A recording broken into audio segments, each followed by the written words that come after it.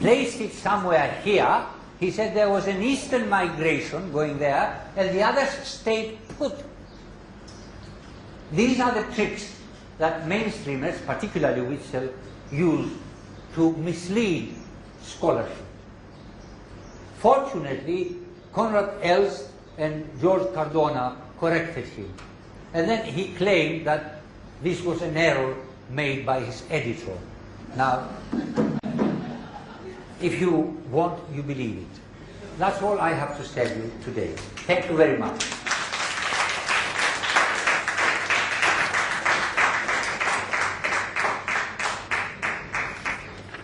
Hello. It's a pleasure listening to you. I should say, being a Westerner and having so much insight into Rigved, it's invigorating. Thank you very much. I don't know whether this question will be relevant to what you have spoken, but I have seen from the Western scholars a fixation on dating. We have a concept here called anadi. A concept? Anadi.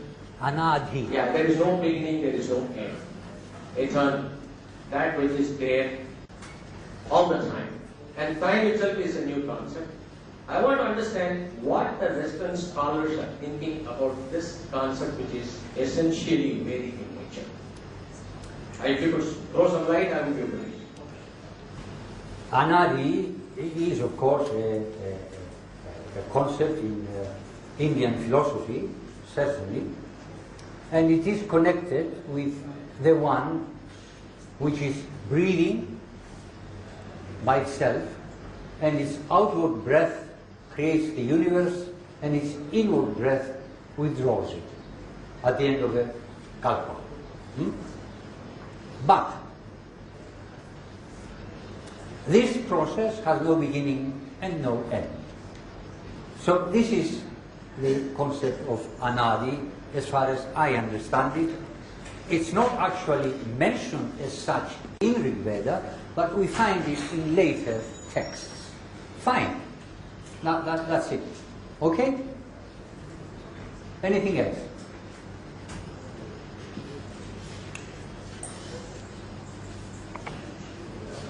Please.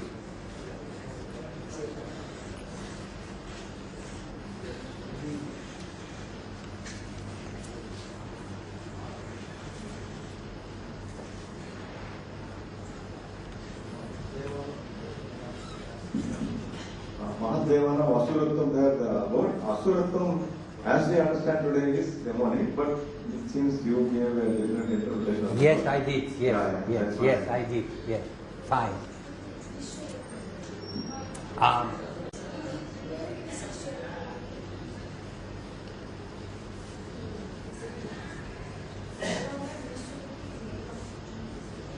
Can I please reply to the gentleman? Please be seated. In Rigved and later, Asura means God, means Lord, High Lord. This is the first meaning. Towards the end of the Rigved and later, in classical period, Asura becomes demon, and Asuratva, the demonic nature. But until then, it has both meanings. And in the beginning of the Rigved, the early books of the Rigved, Asura is a higher title than God. Okay? Overlord, High Lord.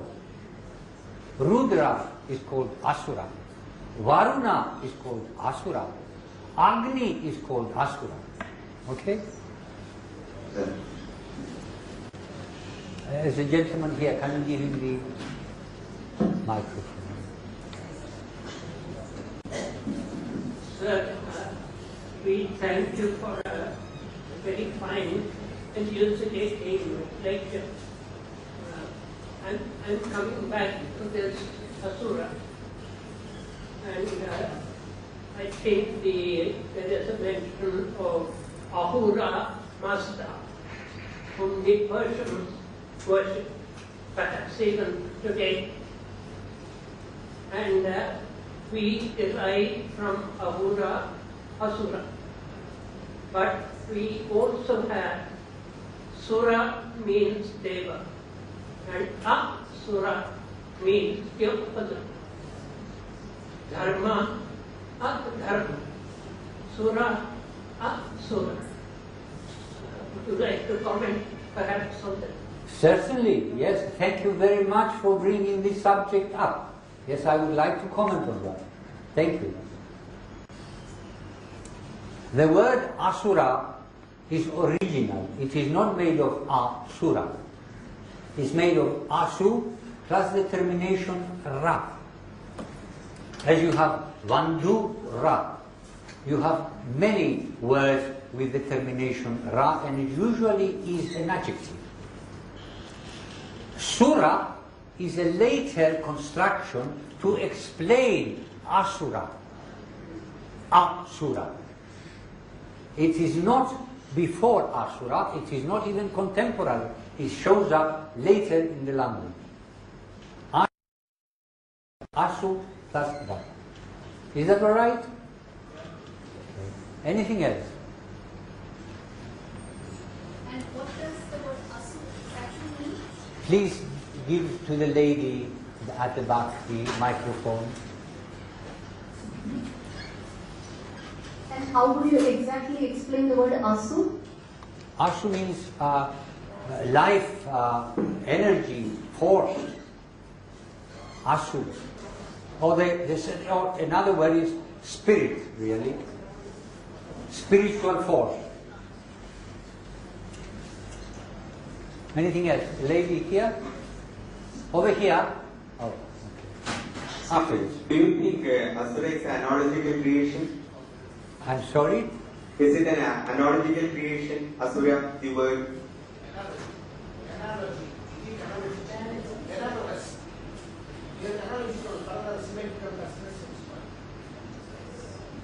I thought I explained it. What else is there to explain? I thought I explained Asura. What else is there?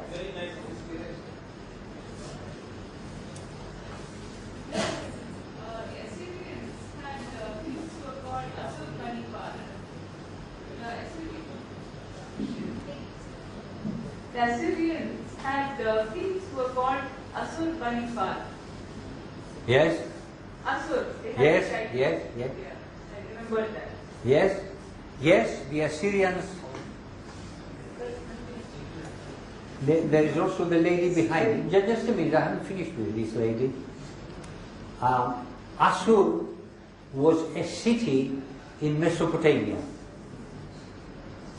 It may be connected with Asura, or it may not be. It has got two S's. Assur. And there was a god Assur also. They may be connected or not. I don't know.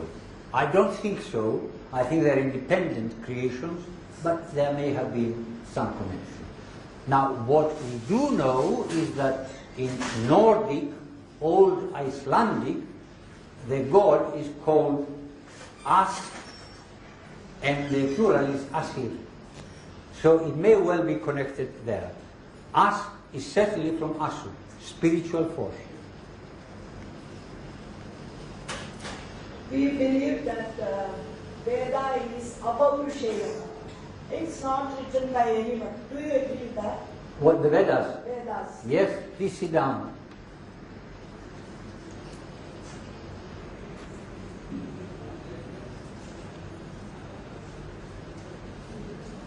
Undoubtedly, the sacred Vedic law is Apaurushaya. But then, how do we know about it? We only know about it because some Purushas gave it to us. So it's Apaurushaya as far as the inspiration goes, but it's very much Paurushaya as far as the formulation and the expression goes. So it's both. It's not just Apaurushaya, because if it was only Apaurushaya, we wouldn't know about it, because we are not connected with the Divine Lord up above. We are very much connected with the earth, unfortunately. So if he talks to us, we don't listen, and if we do hear something we don't understand. The lady behind you also would like to say something.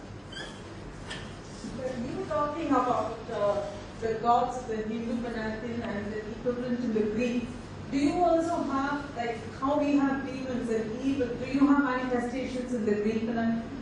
Would you say the last sentence once again? I have difficulty in following. When you speak about devas and asuras, we have a distinction in the Hindu pantheon before the devas and asuras. Don't talk. Just a moment. Don't talk so fast. You start very nicely, very slowly, and suddenly you begin to run on like a machine gun.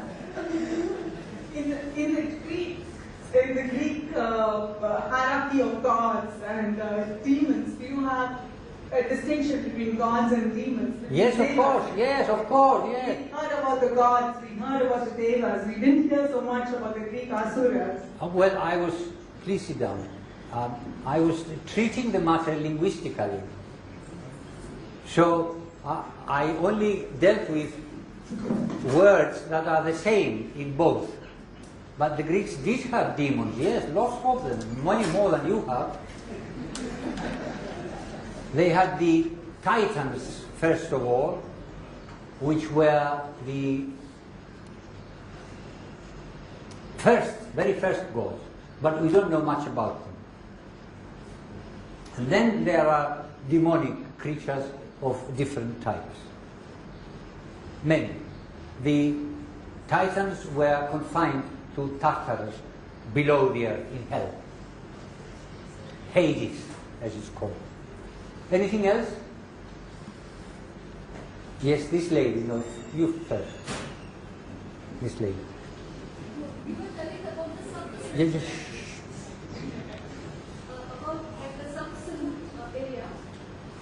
You were telling about the Sub-Sindhu area, Sapta-Sindhu. Sapta-Sindhu, yes, I was talking about that. Yeah, that same area is basically Indus Valley civilization. So Yes. So where was Indus Valley civilization if Aryan were the native of the Sapta-Sindhu? Now you do exactly the same thing. You start with the machine gun. Please, more slowly. If Aryans were the natives of Sapta-Sindhu, Yes? then where was the Indus Valley civilization? In Sapta-Sindhu. No, who were the people? They were the Aryans or The Aryans were there. the Indus Valley people were the Aryans? Yes. And later they migrated to Iran. Well, some of them did, not all of them. Yeah. Some of them migrated even further on. No, but you know, when we were young, we used to learn that okay, those people were not the Aryans, they were the. But that's the old theory. We dispense with that. Now you Indians must learn to think differently now. Stop thinking about the Indo-Aryans, the Vedic people coming from somewhere else. They did not come from somewhere else, they were here. Okay? That's what the Rigved says, that's what Baudhayana says. Now, why, please sit down, why do you believe foreigners and you don't believe the authorities in your own tradition?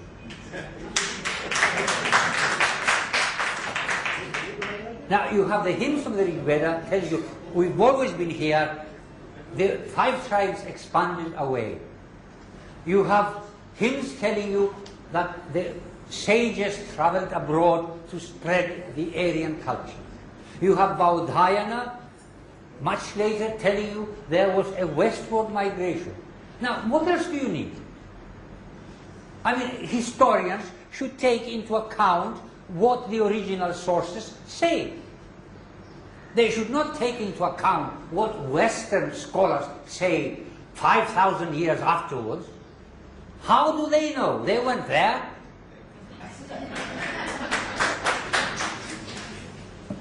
Yes, please. Sapta-Sindhu means 7 rivers. Yes, 7 rivers. No, is it not 7 seas? Sapta-Sindhu or Sundara. Sapta-Sindhu are the 7 rivers. That I know. No, that's Sinbad the sailor. He's saying the 7 seas. That's okay. Please. Slightly afield, can you be talking about the Suras and the Asuras? in all this. Then the another genus, the Rakshasas. Who were they? Because right now, with all this English Amarchitta and common things, yes. Rakshasas are also called demons. Yes. Rama is called a demon. Yes, okay. But to the Animisha, so many people. Yes, fine. A Rakshas is a demon. There is a hymn 133 which talks about a desolate area, darkness, with Rakshasas, Yadumatis, Yadudhanas, sorcerers, ghouls, all together there. But really, there is another side to the Rakshasa. Because Raksh means what? Thank you, to protect. So Rakshasas were also protectors, protecting demons. But somehow they went astray. Some Rakshasas are presented in the text as great kings with great followings, great wealth, and so on. But generally speaking, yes, Rakshasas are demons, demonic creatures that torture people. Yes. Yes.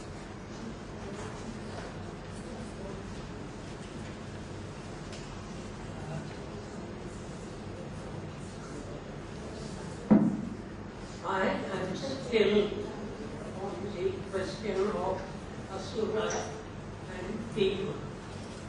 Just now we heard that a demon could be a protector. A person could have a personal demon who would protect him, who would inspire him, and in the eyes of an enemy, that protector would be regarded as a dangerous object, and therefore to be given a bad word.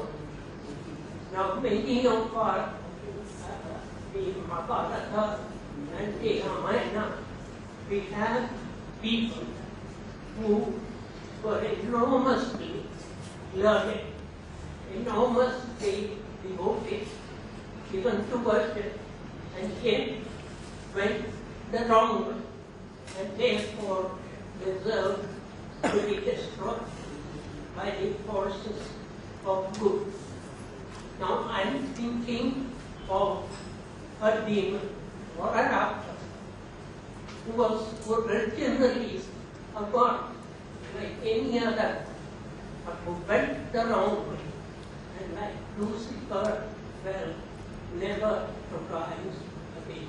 Yes, but what is your question, sir? Yes, I'm not quite following the question. No, my question is this origin of being Sura versus Asura, where Ahura equals Asura means Lord, mighty Lord.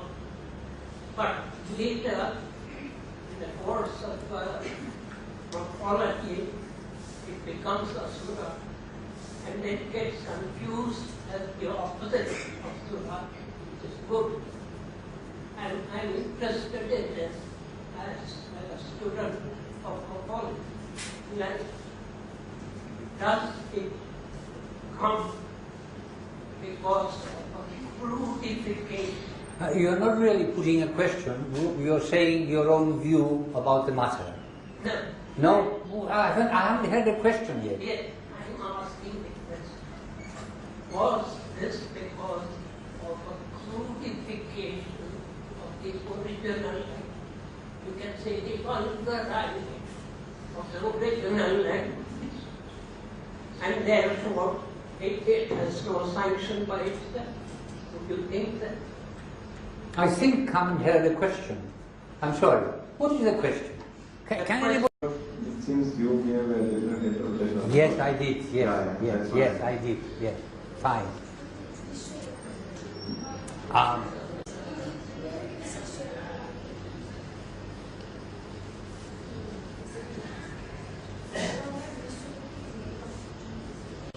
Can I please reply to the gentleman?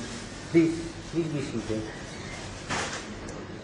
In Rigved and later, Asura means God, means Lord, High Lord. This is the first meaning. Towards the end of the Rigved, placed it somewhere here. He said there was an eastern migration going there, and the others stayed put. These are the tricks that mainstreamers, particularly Witzel, use to mislead scholarship. Fortunately, Conrad Elst and George Cardona corrected him. And then he claimed that this was an error made by his editor. Now, if you want, you believe it. That's all I have to tell you today. Thank you very much.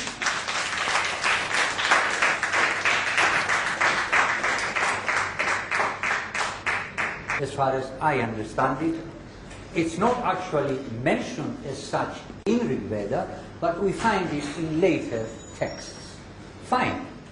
Now that's it. Okay? Anything else?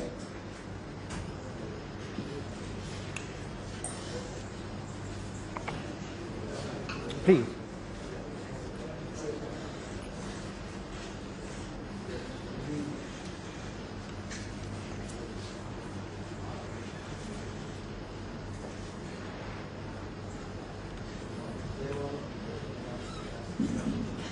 Mahadevana Vasurattam, the word Asurattam, as we understand today, is demonic, but Which is essentially Vedic in nature. If you could throw some light, I would be pleased. Anadi is, of course, a concept in Indian philosophy, certainly, and it is connected with the one which is breathing by itself, and its outward breath creates the universe, and its inward breath withdraws it at the end of the kalpa. But this process has no beginning and no end. So this is the concept of Anadi. Oh, it's a pleasure listening to you. I should say, being a Westerner and having so much insight into Rigved, it's invigorating. Thank you very much. I don't know whether this question will be relevant to what you have spoken, but I have seen from the Western scholars a fixation on deity. We have a concept here called Anadi. A concept? Anadi. Anadi. Yeah, there is no beginning, there is no end. Eternal. That which is there all the time. And time itself is a new concept. I want to understand what the Western scholars are thinking about this concept.